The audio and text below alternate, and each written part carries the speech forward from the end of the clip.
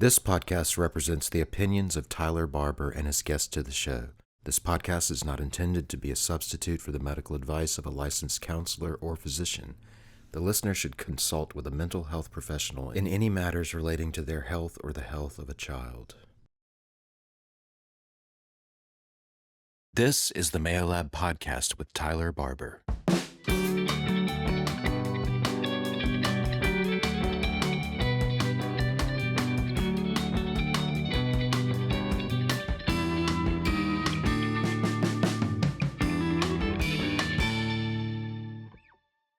Hey everyone, welcome to the Mayo Lab Podcast Season 4. I'm your host, Tyler Barber, and today we are here with Jack Walker. Jack, how are you doing today? Doing good. How are you, Tyler? I'm doing amazing, man. Thanks for having me, man. I'm really excited to be the kind of the first episode of the new season. I'm really excited for it. Oh yeah, absolutely. Me too. So tell me a little bit about yourself. Yeah, so born in Shreveport, Louisiana. Really did not have a lot of people that come from Shreveport to come to Ole Miss. So was really new to all this, you know, being from Louisiana. Everyone went to LSU, so knew nothing about Ole Miss. So like I said, senior, got one last semester, which feels pretty crazy. Yeah. Been here for, I mean, almost 3 to 4 years now, which is just so shocking. But it's been, the Lord's blessed me with such a great experience. Majoring in public policy. So that's been really fun. Kind of just get to see the insights of policy work and make some great friends along the way. So that's really about me and where I am now. I've had the greatest time here at the university and gotten to meet a lot of really great friends. That's awesome, man. And whenever I'm not really in work or school, just hanging out with friends, getting into, I'm a big music and film person. Really? So I bet you on this episode I will somehow talk about that. My friends always joke I can't go anywhere without making a reference to music or film. That's one of the things I love. That's awesome. That's just a little bit about me. Cool, man. I mean, I'm kind of the same way. I can't go anywhere without quoting a movie. Exactly. And then people, you'll reference something, they'll be like, what? And they're like, nothing. It's nothing. Exactly. Just keep on going. Yeah, it takes too much time to explain, just whatever. Yeah. No, I can relate to that. It could be any situation. I somehow have a reference for something. Yeah, exactly. So what brought you to Ole Miss? So really, besides the Public Policy Institute, whenever I, in senior year of high school, served on a Louisiana education board and really got interested into that. But besides that, I give all kudos to Grace McKissick, who's my tour guide. I reference her every single time. I took one tour of Ole Miss, and it just completely changed everything for me. Just the community, my quote, so I'm an Ole Miss ambassador, and my quote is I always say that at Ole Miss you get an SEC experience on a tight community level. So what that really means is that you get all the big football games, the big buildings, the lifestyle of it all, while you have that tight community where I can be walking to class and I can see 4 to 5 of my friends just because of the community. And I know you can relate to this as well. And that's really what pushed me to Ole Miss. And not really knowing anybody was scary. Emily Grace Warren was the only person from my school that came here. So really didn't have anybody except for a couple people that were above me grade-wise. And I just now have so many friends from all over the world that I can look back on. Because I'm a big person about having friends. I'm always around somebody. Even if it's alone time, somehow I'm on a phone call with somebody. Yeah. So that's really what, long story short, that's really what brought me here was just the community, the education, and just, you know, when you come to Oxford, it's an experience like no other. Yeah, it really is. It's so different here. Yeah. And the community, I agree. I mean, you always see somebody that you know, and that's probably my favorite part about being here as well. And people are curious why the numbers go up. I'm like, spend a couple hours here, walk on campus, and you get to see the Union Plaza, and just everyone has a different drive, and you get to see it across campus, which I think is really something that pushed me here. Exactly. Oh, that's great, man. Also, you said you were an ambassador. How did you kind of, I guess, get to that point? You know, when you got here, what was your first steps to become where you are? For where sure. You're at right now? So I got involved my freshman year. I kind of had a really close person looking over me, Daniil Connor, who's been a guest of the podcast.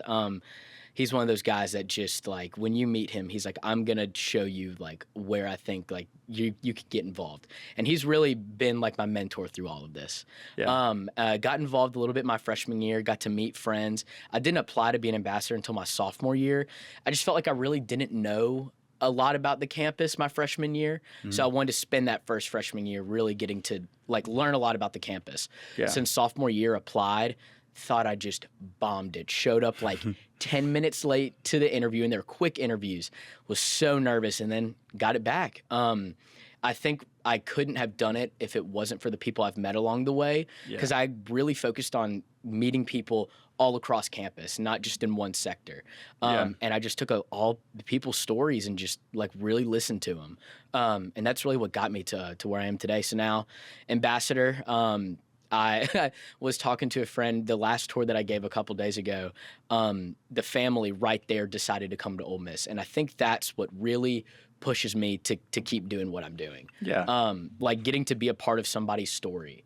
Like Grace McKissick was for me. That's just something that's so powerful that I think you see here at Ole Miss. You mentioned that you are always talking to somebody, and that's kind of like a good segue into what I kind of wanted to talk about today. Yeah. And this is also a great time because TikTok was banned last week. Yep. And everyone was freaking out. Yeah. It was a huge moment for, I think, everybody, whether you thought it would be a big moment for you or not. Mm-hmm. I mean, it was like the world was ending. I don't know what was going on. Yeah. I personally, I wasn't, or at the time, I wasn't on my phone a whole lot. Like when it happened, I got a phone call from my girlfriend, and she was like, guess what? I was like, what? She said TikTok is banned. And she was like sad. She expected me to just, break down with her. Yeah. I cheered because there are so many bad things that come with not just TikTok, but just the phone in general. Right. It's like, because when you're addicted to your phone, it's not like you're just addicted to one thing. There's an app for everything, and so you're addicted to each individual app, and there's a bunch of bad things that come with that. And I kind of wanted to have you on today because I remember we talked back in November, and you had gone to a camp, right? Yeah, so I can talk a little bit about that. So 2 years ago, I worked at a camp called Camp Ozark. Found out about that from a lot of people from my hometown worked at it, and they came to Oxford campus. One of the greatest experiences I've ever been a part of. It's a Christian kind of like sports camp as well, where you're a counselor and you're put with like students of or kids of like a certain age, all the way up until like senior year of high school. And all of the counselors are all college students. And so I spent it's like 2-week sessions with like these campers, and you're doing everything. You're working the classes, you're helping with them with devotions, you're going to lunch with them. And the big thing about it was no phones. You got phones whenever like you had your day off or you had a lunch off or things like that, because it was a lot. I was with the middle school group around 13 to 14. Wow. And yeah, I mean, that's the reaction most people give me is like, like 13-year-old boys, that is a wild time, and they just don't want to be. But also, that's like what my humor is like when I joke around, they're like, dude, you sound like a middle schooler. So that's why I was there, because I could kind of be on their level. Yeah. Well, anyway, what was great about it was like there were no phones, and that was I might be one of the only times I'll ever be able to like get off the grid like that. Yeah. My mental state was it was great. Like I really got to, I talk about a lot. I'm very close with the Lord on just getting, and it was in Mount Ida, Arkansas. So it's just pure greens and just amazing. And I got to bring like a phone with me, but it like was a phone with no no service or anything. So I could just play music. And like I said, I'm a big music person. So I would literally just sit there, listen to music, and just enjoy what God has around us, but also in general, what we have as humans and the interactions. I think something I will talk about a lot on this episode is dead space. Dead space is not a thing anymore for our society. Anytime there's dead space, what's the first thing you do? You pull out your phone and you start swiping. But now there's no dead space in conversations, and I think that is a problem where dead space is needed, because that gives a break, and also it gives you to keep a conversation, because maybe there's like someone that you meet and you're like, oh yeah, we talk great, but when no phones are around and conversations not being had, that's not a true friendship. I agree. So that's something I really learned at the camp, was just the power of dead space and just really just getting to admire what's around us. Because I think a lot of times we can be talking with friends and having phones. That's not having interactions at all. I agree. And I'm actually really happy you touched on dead space, because I feel like, so I was reading an article the other day talking about it as well, and people just get so uncomfortable with it, you know? Yeah. Like they don't know what to do when they're in a conversation, and then there's that little gap between topics, or gap between whatever it is you're talking about. Right. And so their instinct is to pull out a phone. Right. And I actually have an experience that I wanted to talk about today, also because, so my girlfriend, she lives in Chicago, and in January we went to the airport, or I went to the airport. I was going to visit her, and I got through TSA and everything, but my phone was almost dead, and so I just didn't touch it whenever I was there. And I started looking around, and it was sad, is what it was. There was a family of 6 that they were all just sitting there looking at their phone, like nobody was looking at each other. And and their family, you know, they're comfortable with each other and everything. No interest in anybody else. Yeah. And I was looking around, and it was the same thing with everybody else that was there. And we're just all tied to this screen. Yeah. And we forget that there's people around that you can talk to, build relationships with. And also with that is, like, on the relationship building part, body language and just eye contact. And there's just so many things that you miss out on when you're looking at your phone all the time. And it really starts to affect you the older you get. Right. Yeah. You know what I mean? I think as well, this even goes into like being like an ambassador or things like that. One of the biggest things that everyone is like, you have to have eye contact, you have to have body language.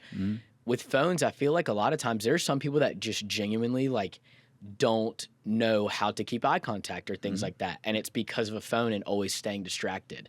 Luckily, I've been blessed with parents who, from a young age, they were always like making sure that I kept those things. And also, I did so in 5th grade to high school, I did theater. So I kind of got taught those things as well. But I think like a lot of people don't have experience, they're not able to have experiences like that, and phones just completely get in the way. And that's the thing as well, is there's great things that can come along with social media. Like whenever I did film, I would post all my films to YouTube, and I got to, if I ever need to look up something quickly, it was great. But I think there are also a lot of distractions that come with it.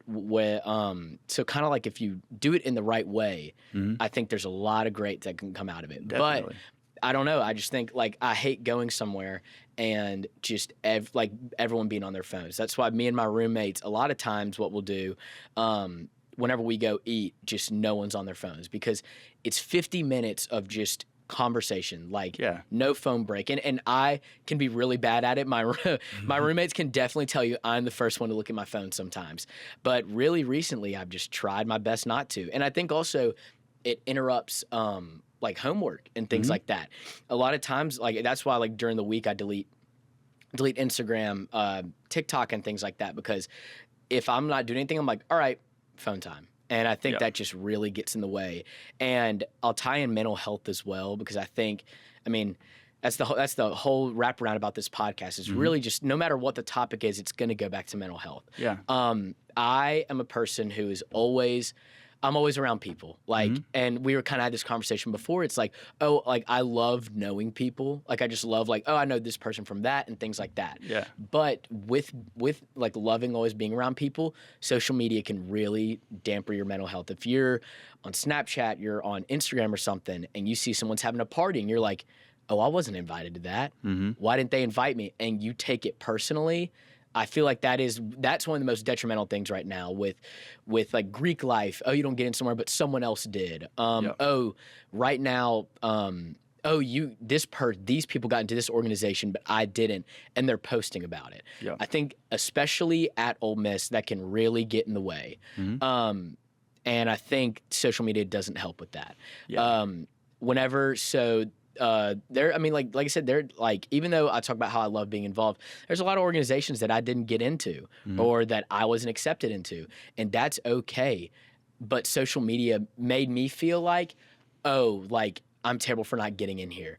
Whenever they post the pictures, I'm like, oh, that should have been me, but I messed up. But it's the Lord's fate. Like there's a reason you're not in there, and we don't need to let social media take over that. I really think. I agree. And it's so easy to start comparing yourself to people on the internet, on Instagram, on Facebook, whatever it is that you're doing. And the thing that people need to keep in mind also with that is be mindful that these are like they handcrafted these profiles. You know what I mean? Yeah. Like this is what they want the world to see. Yeah, you're not taking. You will never post, and I can be really bad about it because like I'll be like, oh, my under chin, retake it. Yeah. Like no one's gonna post the bad pictures that they take. Exactly. That's why, and I think that's something that's funny as well. If you ever tell someone to take a picture, no one takes a single picture. People always take at least, I saw in an article, people always take at least 4 to 5 pictures, and they're moving their face and things like that. Yep. And even though like I love taking pictures, it's just like sometimes it can just really mess you up mentally. Yeah. A kind of a story as well, because that's why I was very like that. Like I feel very blessed to have this conversation, is because I really don't talk about like that part of my life in college. My first 2 years in college, mentally, I was just not the best. I just was laying in bed all day on social media, comparing a lot of myself to the people around me. Gained a lot of weight, and I just was not who I needed to be. And it wasn't until Camp Ozark when everything really started to switch. I was like, and this was just for me personally. Like I need to start running. I need to start doing something. Yeah. Because all I would do is just look at photos and be like, oh, that one's okay. Oh, why was I not invited to that? Oh, why did I not get that? And I really got into a not so good spot in my life. But after Camp Ozark, that really is where everything started to change. And I think that kind of just gave me a breath of fresh air, and something I would just love to tell people, like say that you're in a moment of being on social media and you're just really not where you want to be, and you're like comparing yourself. That person you're comparing is also going through similar things. Everyone's going through something. Social media will not show it. No. And that's really what I've always like told myself that, and just anyone who ever like is kind of in a groove like that. Yeah, and it's very important to do that because social media just highlights your good sides. You know what I mean? Like you said earlier, no one's going to post a picture of themselves that looks bad. And it's just not going to happen. And I don't know, man. It's insane to me how often that happens. Like people freaking out over something that's going on with somebody else. Yeah. When this is a good segue also. Like they'll be looking at their phones and they get complacent because they're spending all this time looking at their phones, and they're getting FOMO because they missed out on things, when I feel like the phone also could be the problem. You know what I mean? Like they're feeling bad because they're not looking this way, or they're feeling bad because they're not going here, but they're feeling bad while they're looking at their phone. Maybe if they put the screen down, things might change a little bit. They can work on their relationship building. They can work on some hobbies like going to the gym. They can, I don't know, they can do something about it. I feel like if we could just get over this, or at least be aware of this addiction that no one knows they have. Yeah, You know? totally. And that's a really good point as well, is like people, and that's what an addiction is not trying to accept that you like are addicted to something. That's all an addiction. And I think, I'm addicted to my phone.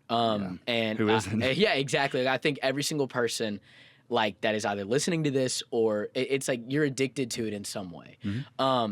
And there are a lot of like ways that I kind of agree to that, where when I put the phone down, it's just a mental state. It goes a lot better. I kind of think as well, I've picked up a lot of more hobbies junior to senior year, whether it be working out or just watching movies, man. Like I really realized that whenever I would be watching a movie and like an ad break or something, what do? Yep. Pull out my phone, and I'm like, I should not be doing this. But when I recently I went to go see this movie called The Brutalist, and it was a 4-hour movie, and I was like, wow. Yeah, and I was like, all right, I'm going to sit down and like not break on my phone. And I didn't, and there was so much, and it kind of like was an imagery, like there was so much more in the movie I caught than like if I would have been on my phone. And I think that says a lot about life, where if you are on your phone in any scenario, there's always going to be something that you miss, whether it be a facial expression. Like if I'm on my phone and I'm talking to you and I say something that like you're kind of like really don't like, but you don't say anything, I just miss that facial expression, and that could ruin a friendship or a relationship. Exactly. So I think putting down the phone and just like eye contact, looking at each other, I think that can help out a lot. And I think that also reflects on our, like just on us as like a student body here at Ole Miss. like there is so many. That's what I love about Ole Miss is even though I feel like I know a lot of people here, there's always a friend I can make. Yep. And whenever I'm walking to class, I try and stay off my phone so I can say hey to somebody or interact with somebody. Because I think this is one of the last times that, as a person, you will just be around people that are strangers to you, but you can make friends. Exactly. And that's what I love about Ole Miss is. If you just put down the phone, there's so many potential friends that you can make. Yeah. And that's what I've really loved about it all. It's like, I mean, anytime you see me, I always have AirPods in. Not on full blast, but just to have a little something in the back. Yeah. But I love, like, when I'm walking past somebody, and it's someone I'm like, hey, how are you? But if they're looking down at their phone, that interaction is just destroyed. Yeah, it's just not going to happen. So I think, like, just this... People realizing they have even a simple walk to class. I really push on people, just give yourself 10 minutes to walk and just look around you and see like what we are blessed with as humans in general, to get to walk around and just have this great experience. Exactly, and be on such a beautiful campus. Yeah, exactly. I mean, every time that my friends come here, they're like, this campus is beautiful. And I'm like, I know. And that is why I love just not being on my phone. I always say, the Grove, the campus has different emotions. It's rainy, it looks like this. It's like pure skies, it looks like this. And that's what I love is it's not just one campus. It's a campus with a bunch of emotions. Yeah. And then I think that reflects us as a student body. There's something always going on at Ole Miss. And that's what I think I really enjoy about it. And like I said, I love like looking at the Ole Miss Instagram and seeing what's going on. But there's a point where like you can enjoy social media and then get off and just love the real world. I mean, It sounds super cliche because, you know, everyone that's in their like 70s are like saying that to us. But like once I kind of hit junior year, I was like, maybe I do need to listen to my grandpa. Like maybe I do need to get off the phone and just interact with the people and have dead space. I think that's the one thing that I hope people take away from this. Bring back the dead space. That is something that is really needed in our society. And it just, I don't know, like just interacting with people. I think that's something that's really needed. Definitely. Also, I want to bring it back to that movie scenario that you just explained. So when you said you weren't going to get on your phone or anything, did you have to like put it away? Did you silence it? Because notifications are literally built to keep you tied to this device. Yeah, so silenced it. I do have an Apple Watch, so like I could sometimes see it, but it just like I only let like the main notifications come through if like it's a very important text. But yeah, I just had to put the phone away. Cinemark used to have a thing where like you would get points if it was on silent. They don't do that anymore. I wish they really would. But yeah, nice. I just had to put it on silent. And if like if it's my mom, I had to text her and be like, okay, I will not be here for a while. If it's really that bad, blow up my phone. Yeah. But besides that, that's where I want to go. Is what I've really started to realize is I silence all notifications because what I've really realized is just the tagline. It's like, it's not that important. Yeah. And what I mean by that is when I'm like, oh, I need to have my Snapchat notifications because if this person wants to know where I am, or, oh, I need to have like Instagram on. If it's really that important, they're going to text you. They're going to call you. Yeah. And that's what I've really realized is I'm like, I think our phone makes us think that everything is so important that it needs to pull us away from the enjoyment that we're having right there. But now that I've really silenced a lot of those notifications, I've realized it's really not that important. Yeah. And like I said, like when my mom texts me, it is important. It could be sending me something. It's important. You better respond. You better respond. But like a lot of things where it's like, oh, this random group chat. Yeah. Like there's so much more out there that's more important than this little notification that I'm worried about. You get what I'm saying? Yeah. The other day, dude, it was crazy. I was trying to go to sleep and I was on my phone, and it's weird because I didn't get much sleep that night, but it was because I was up reading about how phones affect your sleep. So it was kind of ironic. Yeah, it was a little weird, and it's crazy, dude, because like you can be on your phone like 30 minutes before you go to bed, and that would affect your sleep schedule still. Like it messes with your what's it called? Your circadian rhythm. Yeah, that's the word. And I think it affects your REM cycle too. Like you'll wake up and you feel like you got no sleep, and you can say it's because you didn't get enough sleep, but that's really not the case. You know, it's because you were looking at that device. Yeah.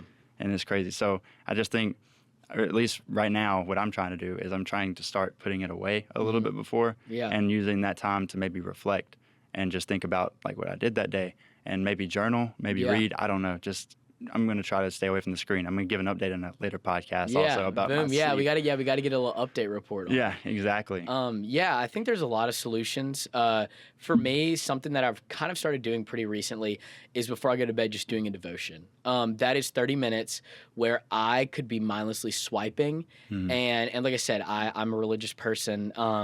That's time that I think I'd just be wasting it swiping away when I could spend that time with the Lord and the person who's given me all of these great opportunities. All the things I talk about that I love, that is all because of the Lord. And so that's time where I put a devotion. Yeah. And also, and even if so, just like you said, just closing your eyes and just recapping because you're like, man, I can't sleep. Let me get the phone. That's just going to mess it up. Exactly. I guess also something that one of my roommates, Coker Scott, is really good at is he has this app where like it gives you certain amount of times throughout the day to where you can be on social media, which is really great. That's something I'm getting there. I haven't gotten there yet because, like I said, I'm addicted. So that's another great thing that can solutionize that as well. But I really just think the biggest thing is just having dead space. Like that is something that the amount of conversations that can be had even more, like without having to be on your phone and things like that. I really think that's like a very big solution. Definitely. And it's weird because it's the most simple solution, you know, it's like the best way to do it is abstinence, like stay away from it. But it's just so hard to do for a lot of people because of those notifications that they get tied to it. Yeah. Solution wise, like what is the solution really? You know what I mean? Yeah. I really don't think there's a specific one because I think this is like social media and phones is the biggest invention that has happened. Like one of, I guess, for addiction purposes, I think there's not really a solution. I think every person is different and it's really just based on what you can do. Like I said, silencing my notifications and things like that. For me, that is what has really helped me out because if I see notifications, I'm like, oh, I got to check it. But when I see a blank screen, I'm like, all right, I'll get there at some point. I just think really diving deep into conversations again. I think there is so much like what I love about like meeting people is just kind of really getting to pick their brain. Asking the questions that usually don't get asked. And a profile picture and a profile bio can't do that. Because you think that you know so much about them, but they're only showing you the part that they want everyone to see. They're not showing your vulnerable side. And that's something as well. I love conversations, man. That's why I love doing this. No matter if you need somebody for a guest a million times, I will hop on. I love having conversations about these things because I think everyone needs to be heard. I think at Ole Miss, I really love how I feel like everyone has something to be vocal about. Whether like even though like we talked about like being involved, you don't have to be involved. You do what you want to do. And social media can ruin that where you're like, oh, I need to have all of these organizations in my bio. I need to be a part of this Greek life. You could come here and not do anything and just do classes, and you could be doing better off than someone who is involved in every single little detail. Don't let social media tie you to where you need to go. Just find out what your passions are and focus on those.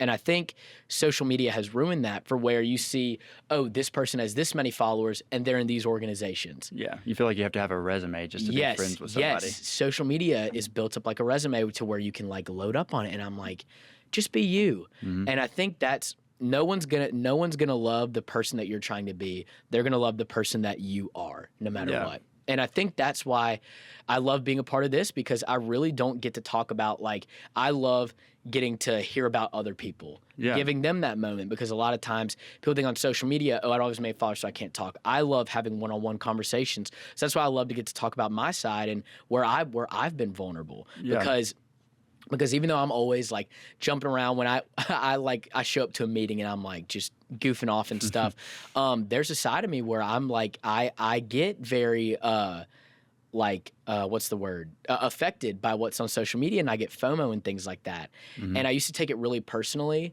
and I think it was, well, I'd be like, oh, they didn't invite me? All right, they don't like me like that. But maybe they just had a party with their close friends, and like even though you're a close friend, you just weren't in that party, and it's so okay. It is. The world's not going to end.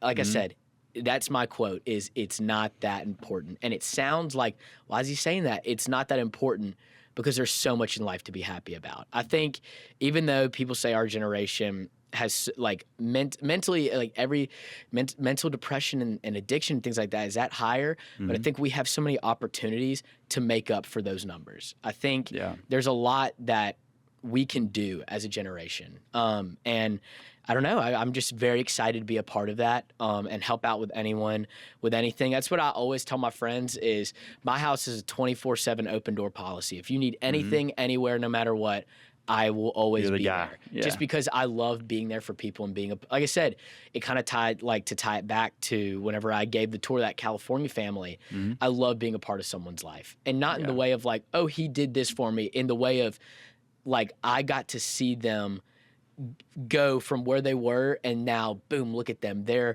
have a great job. They're going to have so much fun. And I love that I got to be a part of someone's life. And you can't see that on social media. And I think that's what I really encourage for people. Just enjoy life and don't have that screen in front of you. That's really what I love. Exactly. Those tech-free conversations like you were talking about earlier. Yeah. All right, man. Well, I really appreciate you coming to this podcast today. It was great having you. Yeah, of course. I had a really great time. I think this is a great conversation that's really need to be heard. And yeah, thank you so much for having me. Definitely.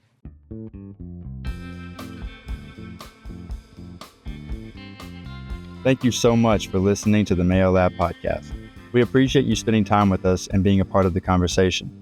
I'm Tyler Barber, and if you enjoyed today's episode, don't forget to subscribe and share with a friend. Until next time, keep the conversation going.